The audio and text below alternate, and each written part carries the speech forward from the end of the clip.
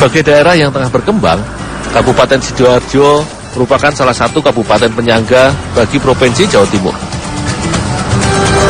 Di samping letaknya yang dekat dari pusat administrasi kota Jawa Timur, yaitu sekitar 2 jam dari kota Surabaya, geliat pertumbuhan ekonomi Kabupaten Sidoarjo dirasa cukup pesat. Salah satunya dalam bidang industri serta usaha kecil. Perjalananku di Kabupaten Sidoarjo kali ini mengintip salah satu industri pengolahan mie yang dikenal akan bahan yang cukup unik, yaitu mie sayur. Di sini, setiap jenis sayuran akan diolah menjadi menu yang berbeda-beda tiap sayurnya. Kali ini, aku membantu membuat mie yang menggunakan bahan utamanya adalah cabai. Campuran cabai merah dan cabai rawit yang masih segar kemudian dicuci dan dipotong kecil-kecil agar mudah diolahnya.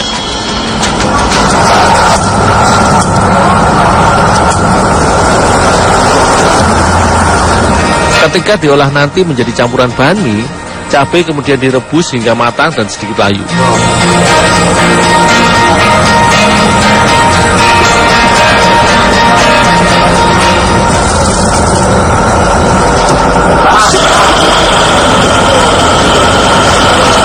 Setelah cabai matang, cabai kemudian digiling dengan lin hingga menjadi adonan bubur yang lembut agar mudah tercampur dengan bahan lainnya nanti ketika diolah.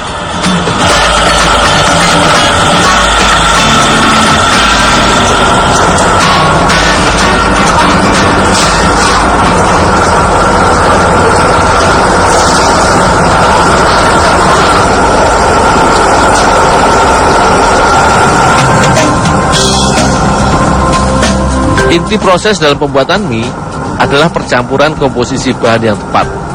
Adonan bubur cabai sebelum dicampur dengan tepung terigu ditambahkan sedikit garam terlebih dahulu agar adonan mie memiliki cita rasa gurih.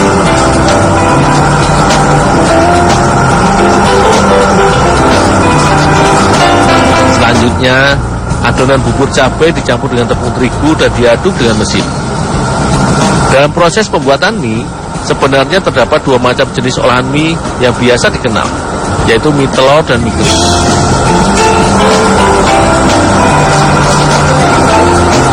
Produk olahan mie sayur milik Pak Ageng ini merupakan mie kering, di mana proses pembuatan mie sayur hanya mengandalkan percampuran bahan dari tepung terigu dan cabai atau sayuran saja, tanpa menggunakan telur ayam dalam komposisi adonannya.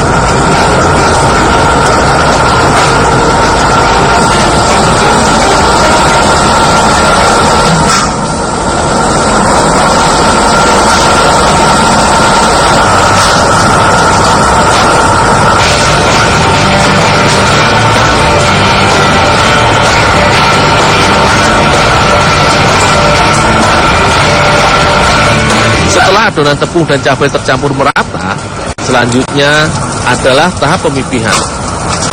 Adonan dipadatkan menggunakan mesin khusus hingga membentuk lembaran-lembaran dengan ketebalan yang sudah ditentukan.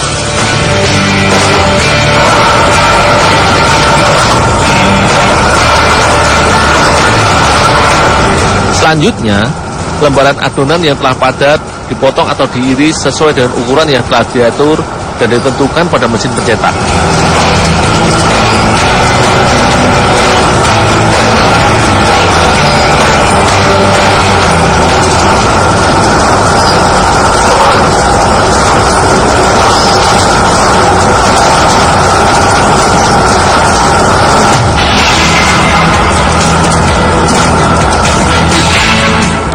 Proses selanjutnya yaitu pematangan atau pengukusan.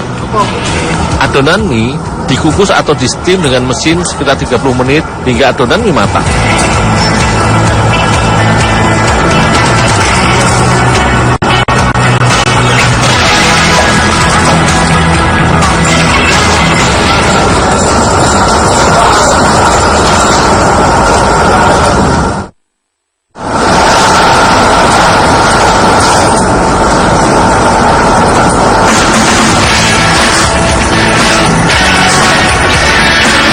Tempat produksi yang beralamat di Jalan Raya Lebu Sidoarjo ini sudah sekitar 9 tahun silam memproduksi beragam olahan mie instan.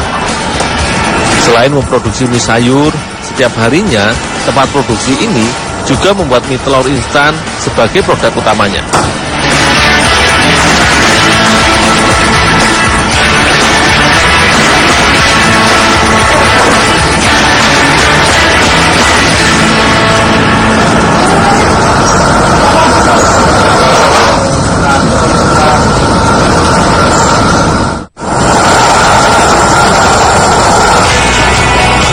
Salah satu kunci dari produksi milik Pak Ageng ini adalah kualitas produknya yang selalu terjaga. Selain menggunakan bahan baku yang masih segar, adonan mie diproses secara berkelanjutan hingga menjadi produk mie instan.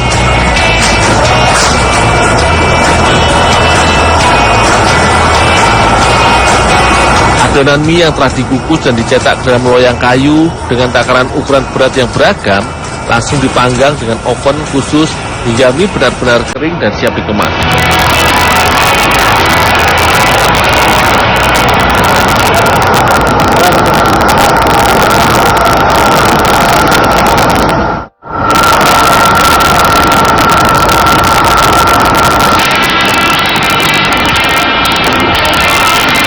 Selain mie sayur dari cabai yang aku buat tadi, mie sayur dengan merek dagang Sumami ini memiliki sekitar 10 varian sayur sebagai bahan utamanya, mulai dari sawi, wortel, tomat, seledri, hingga basil yang diparkan sampai ke luar negeri.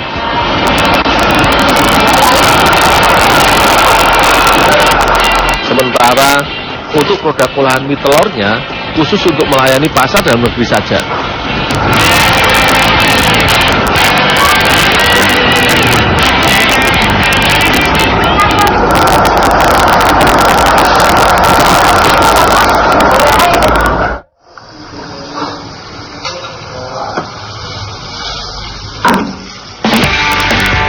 Olahan mie berbahan dasar sayur organik ini merupakan inovasi dari Pak Ageng guna meningkatkan tingkat konsumsi serta nilai ekonomis dari sayur di wilayah Sidoarjo. Olahan mie sayur ini seolah menjadi makanan cepat saji yang lengkap akan gizi. Selain mengandung karbohidrat sebagai sumber kalori dan energi karena terbuat dari tepung terigu, juga kaya akan serat serta vitamin karena menggunakan bahan sayuran di dalamnya.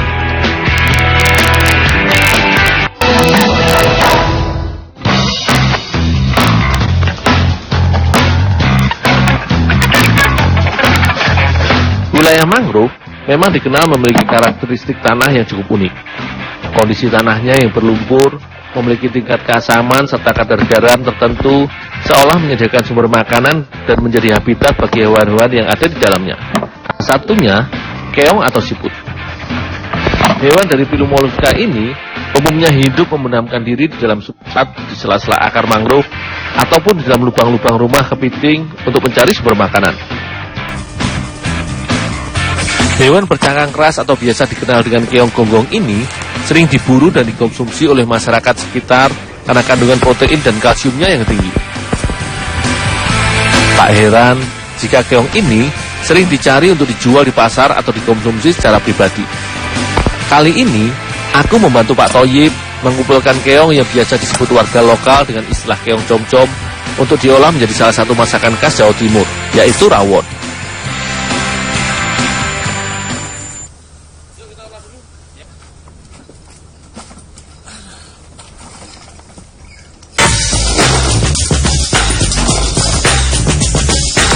Sebelum diolah menjadi bahan makanan, masyarakat di sini biasanya memisahkan daging keong dengan cara memecah cangkangnya yang keras.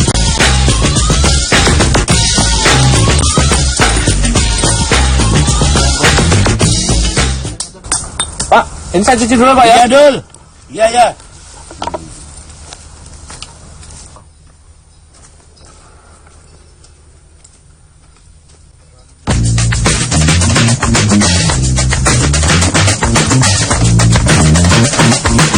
Meski kaya manfaat bagi tubuh, namun keong com-com harus diolah dengan benar sebelum dikonsumsi. Hewan bercangkang seperti kerang dan siput laut ini, siklus hidupnya akan menyedot apapun yang ada di sekelilingnya untuk dijadikan sumber makanannya. Maka dari itu, sebelum diolah, keong cum-cum harus dicuci berulang-ulang hingga bersih agar lendir yang mengandung racun serta sisa kotoran hilang.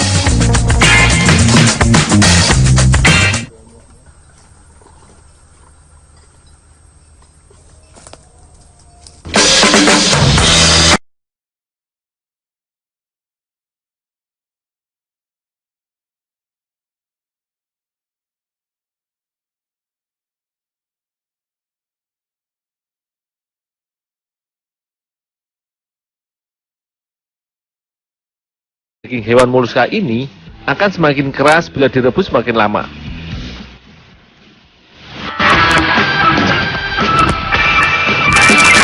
Sementara keong direbus, Mas Thoyib mempersiapkan bumbu masakan. Sebenarnya, proses olahan masakan rawon com-com ini tidak berbeda dengan olahan masakan rawon daging. Awalnya, bumbu rempah seperti kunyit, bawang merah, bawang putih, daun bawang, jahe, serta cabai diiris terlebih dahulu. Selanjutnya, sebagai bumbu utama, bawang merah serta bawang putih dihaluskan bersama kunyit, kemiri, ketumbar dan juga garam. Tak lupa ditambahkan kluwek sebagai penguat karakter dan warna. Identitas dari masakan rawon yang sangat khas Jawa Timur.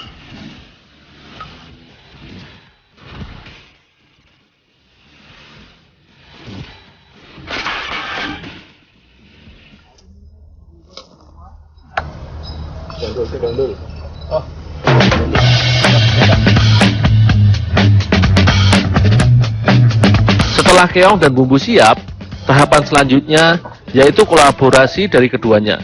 Daging keong dimasak bersama bumbu rawon.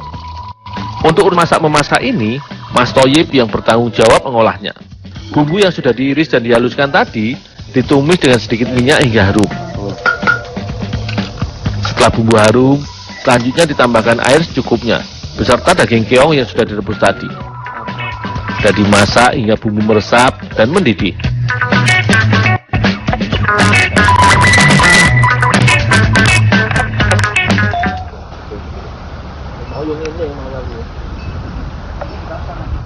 Dalam piramida hierarki kebutuhan manusia, kebutuhan akan makanan menduduki tingkat paling dasar atau fundamental. Manusia akan mengolah hasil alam untuk memenuhi kebutuhan hidupnya.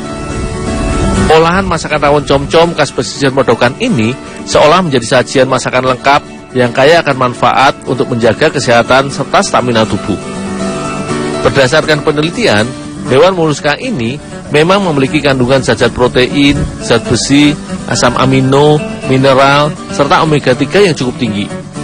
Kandungan asam lemak tak jenuh tersebut cukup baik untuk dikonsumsi guna menjaga kestabilan kolesterol di dalam tubuh dan menutrisi serta menyehatkan otak.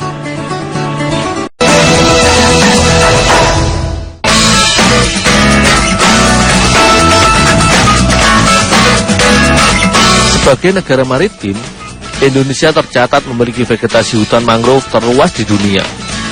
Luas hutan mangrove di Indonesia mencapai 25% dari total luas mangrove dunia, bahkan melebihi negara Brasil, Nigeria, dan Australia. Hutan mangrove sendiri memiliki peranan penting dan manfaat yang banyak, baik secara langsung maupun tidak langsung bagi lingkungan sekitar, khususnya bagi penduduk pesisir karena ketersediaannya sumber makanan yang melimpah pada hutan mangrove. Aku bersama Pak Thoyib dan Bu Lis mengumpulkan salah satu tumbuhan minor bagian dari ekosistem hutan mangrove untuk digunakan sebagai bahan makanan, yaitu Sueda maritama atau masyarakat lokal biasa mengenalnya dengan sebutan alur-alur. Tumbuhan yang secara fisik mirip dengan tumbuhan rumput liar ini memiliki kandungan protein yang cukup tinggi. Tak heran bagi masyarakat pesisir, tumbuhan alur-alur merupakan salah satu bahan makanan alternatif yang sering diolah menjadi pengganti sayur.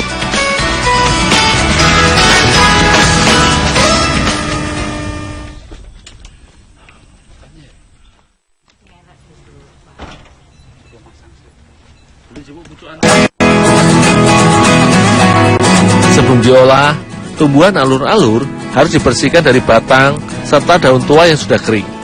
Karena hanya daun muda yang masih segarlah yang mengandung nutrisi yang baik bagi tubuh bila dikonsumsi.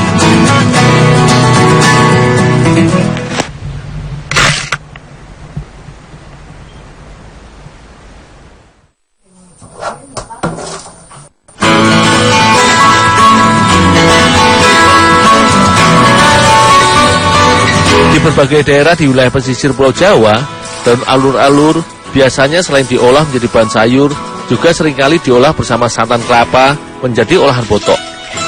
Namun kali ini, aku akan mengolah alur-alur menjadi salah satu bahan jajanan khas daerah Jawa Timur, yaitu kue cucur. Untuk dibuat menjadi bahan cemilan, alur-alur harus diolah menjadi tepung terlebih dahulu. Alur-alur ini memiliki sifat layaknya tumbuhan di wilayah mangrove lainnya, sebagai filter alami terhadap polutan dan menyimpan kadar garam. Karenanya, perlu dibersihkan agar zat-zat racun yang terlarut hilang dan rasa asin dari daunnya sedikit berkurang.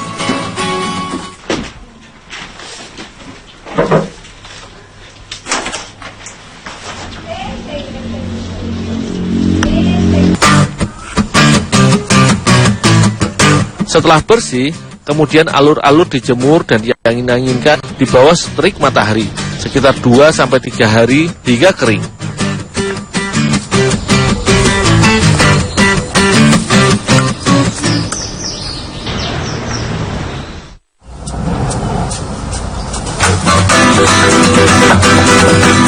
Sebagai bahan campuran cemilan, alur-alur harus dihaluskan hingga menjadi bubuk tepung yang lembut agar mudah tercampur dengan bahan lainnya.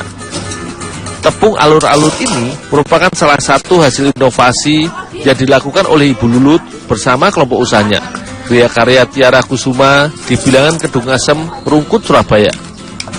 Tepung olahan dari salah satu tumbuhan kawasan mangrove ini sebagai upaya meningkatkan kesadaran akan pentingnya hutan mangrove bagi kehidupan manusia dan untuk meningkatkan nilai ekonomis dari mangrove.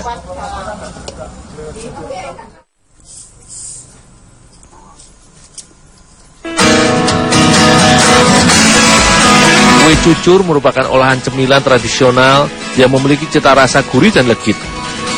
Sembari menunggu tepung alur-alur yang tengah aku olah, Ibu Lulut menyiapkan larutan gula cair untuk dicampurkan ke dalam adonan nanti.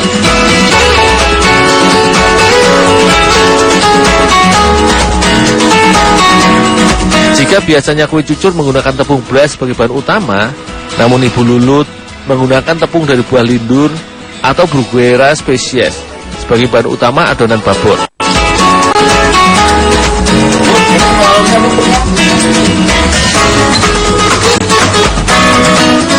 Tepung dari buah yang termasuk dalam tumbuhan hutan mangrove ini selanjutnya dicampur bersama tepung terigu sebagai pengikat adonan dan juga tepung alur-alur sebagai penambah sensasi cita rasa.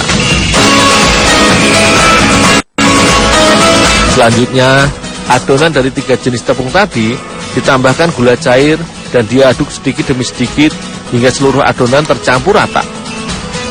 Agar lebih menarik, Ibu Lulut menambahkan pewarna makanan yang dari ekstrak bunga putri yang berwarna biru.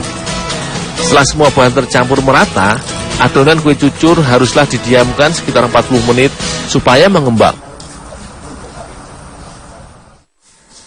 Nah, cantik ya. Tuh, cepat. Tuh. Ya. Tahapan akhir dalam pembuatan kue cucur yaitu tahap penggorengan, yang merupakan salah satu kunci dalam pembuatan kue cucur. Kue cucur yang baik yaitu memiliki bentuk mengembang dan berserat. Jajanan tradisional yang juga cukup identik dengan masyarakat Betawi ini dinamakan kue cucur karena dalam proses pembuatannya adonan kue harus dikucurkan atau dituangkan ke dalam minyak goreng yang cukup panas dengan cangkir agar adonan kue mengembang.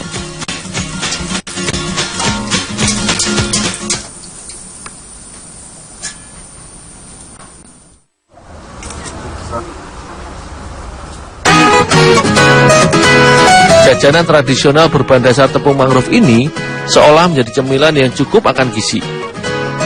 Tepung buah lindur yang kaya karbohidrat serta sumber kalori yang di daerah Indonesia Timur juga sering digunakan menjadi bahan alternatif pengganti nasi, berpadu dengan tepung alur-alur yang mengandung protein tinggi yang berfungsi baik untuk regenerasi sel-sel tubuh.